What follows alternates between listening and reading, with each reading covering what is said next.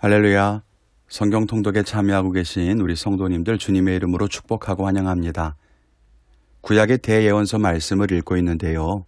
그 마지막 책인 다니엘서를 이제 읽게 됩니다. 지난번에 설명드렸지만 이사야, 예레미야, 에스겔, 다니엘은 거의 시간 순서대로 배열되어 있다고 할 수 있습니다. 오늘은 다니엘서 말씀을 함께 살펴보기를 원합니다. 에스겔과 다니엘은 모두 유다가 바벨론에게 침략당했을 때 바벨론으로 포로로 끌려왔다는 공통점이 있습니다. 다니엘은 1차 포로 때에, 에스겔은 2차 포로 때에 각각 바벨론으로 끌려왔지요. 그리고 바벨론 땅에서 각각 선지자의 사명을 받아서 사역을 했고, 특별히 다니엘은 바벨론이 페르시아에 멸망당한 이후에도 그 페르시아에서도 높은 관직에 올라서 일했던 사람이었습니다. 또 다니엘은 부정적인 기록이 전혀 없는 몇 안 되는 성경의 인물 가운데 하나예요. 에스겔서에서도 보면 그는 노아와 다니엘과 욥을 언급하면서 이 다니엘을 의로움의 본으로 언급하고 있습니다. 말씀드렸듯이 바벨론의 느부갓네살 왕은 예루살렘을 침략하여 많은 왕족과 귀족들을 포로로 데려갔는데 그 중에 다니엘도 포함되어 있었습니다. 바벨론은 유대인뿐 아니라 포로로 끌고 온 각 민족의 귀족 청년들에게 바벨론식의 교육을 시켰어요. 그래서 바벨론 사람으로 만든 다음에 각기 자기 땅으로 돌려보내서 그 땅을 바벨론식으로 통치하도록 하는 그런 계획이었던 거죠. 그래서 다니엘과 세 친구도 바벨론 왕의 궁전에서 음식을 먹으며 교육을 받게 됩니다. 성경에 보면 이 사람들이 바벨론 왕이 주는 음식을 먹지 않고 채식만 하겠다 이런 대목이 나오는데 거기에는 이런 배경이 있습니다. 다니엘은 포로기 동안 선지자로도 활동했지만 바벨론의 관리로도 일했습니다. 특이한 것은 페르시아가 이 바벨론을 멸망시키고 정복한 이후에도 새로운 나라 페르시아의 관료로서 계속 활동했다는 점입니다. 아마 다니엘은 바벨론 시대 때가 아니라 페르시아 시대 때에 이 책을 기록한 것으로 보입니다. 다니엘서는 예언적인 내용을 많이 담고 있어서 구약의 묵시록이라고 불립니다. 특이한 것은 다니엘서를 기록할 때 두 개의 언어를 사용했다는 것입니다. 다니엘서 1장에서는 히브리어를 썼고요. 2장부터 7장까지는 아람어, 즉 시리아 말로 썼고, 그리고 다시 8장 이후에는 히브리 말로 기록했는데요. 이것은 그 내용이 무엇이냐에 따라 달라진 것으로 볼 수 있습니다. 서론에 해당하는 1장은 히브리어로 쓰고 2장부터 7장까지는 이방 세력의 미래에 대해서 예언적인 글을 썼는데 그래서 이방 민족의 이야기이기 때문에 히브리어보다는 더 광범위하고 또 더 많은 지역에서 통용되던 아람어로 기록한 것이 아닌가 생각해 볼 수 있습니다. 다시 8장부터 12장까지는 이방인의 지배 아래 있지만 새롭게 회복될 유대 민족의 미래에 대한 예언을 담고 있거든요. 그래서 유대를 대상으로 하기 때문에 다시 히브리어로 바꾼 거죠. 우리말 성경에서는 이런 차이가 느껴지지 않지만 이런 특이한 점이 있다는 것을 기억하고 읽으시면 아마 재미있을 겁니다. 다니엘서는 크게 두 가지의 흐름으로 전개가 됩니다. 하나는 다니엘과 세 친구를 중심으로 한 이야기 구조인데요. 여기에서는 거룩하게 구별되는 성별된 하나님 백성의 모습이 무엇인가를 보여줍니다. 앞서 말씀드린 것처럼 나는 왕의 음식을 거절하겠다 그런 이야기, 믿음을 지키다가 금신상에게 절하지 않고 풀무불 속에 들어갔다가 하나님께서 천사를 통해 건져주신 세 친구의 이야기, 또 기도하지 말라는 금령을 어기고 기도했다가 사자굴에 던져졌지만 무사히 나오게 되었던 다니엘의 이야기, 이런 것들이 바로 성별된 백성의 모습을 보여주는 이야기입니다. 또 다른 하나는 하나님께서 역사를 주관하시며 세계 열방에 행하실 일들에 대한 예언입니다. 앞에 다른 예언서에서도 살펴봤지만 하나님께서는 세계를 통치하십니다. 비록 지금은 바벨론의 통치를 받고 있지만 하나님께서는 유대를 회복하실 것이고 세계 여러 제국들을 다스리실 것을 이 다니엘서에 담고 있습니다.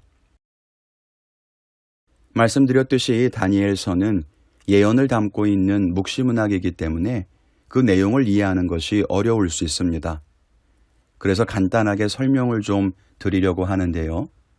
이 다니엘서에 나오는 꿈과 환상은 서로 연결이 되는데 먼저 2장에는 한 신상이 등장합니다.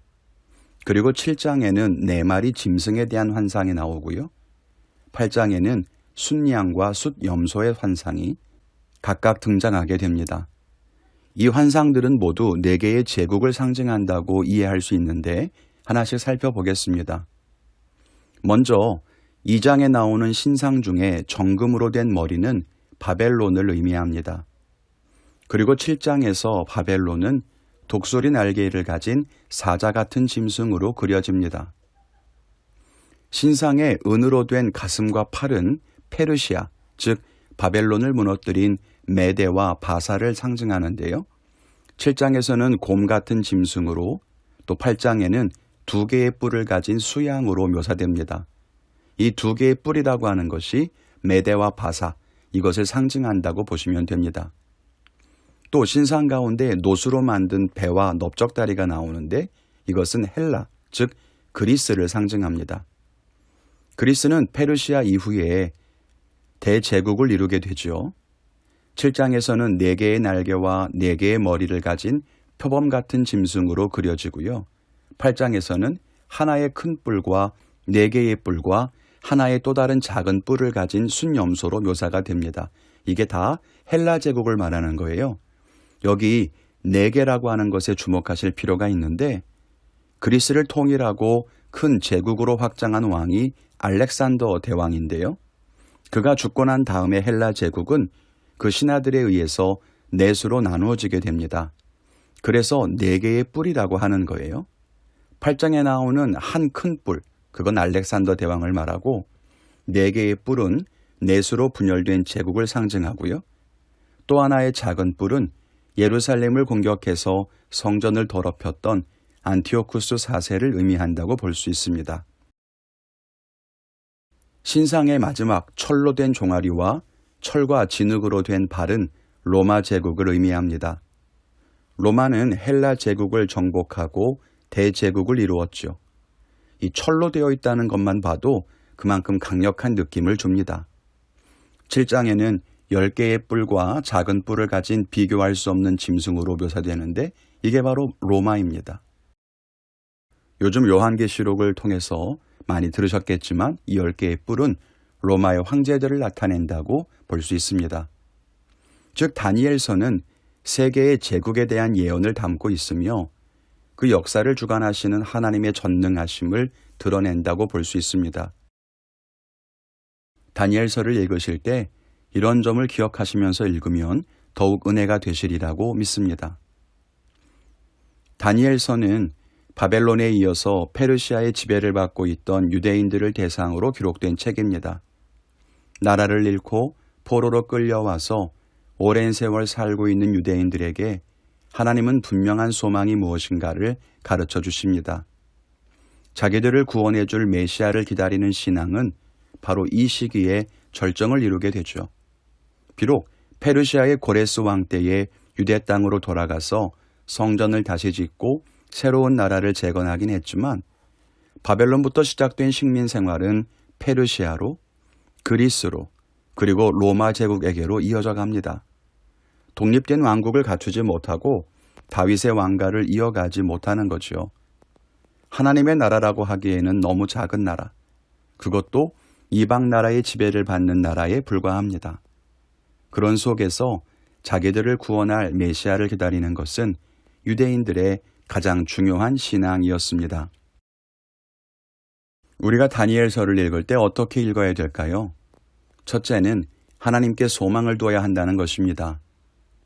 다니엘은 바벨론의 포로로 끌려왔고 페르시아 시대까지 바벨론 지역에 살았습니다.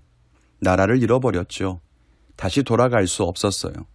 모든 것이 끝난 것처럼 보였죠.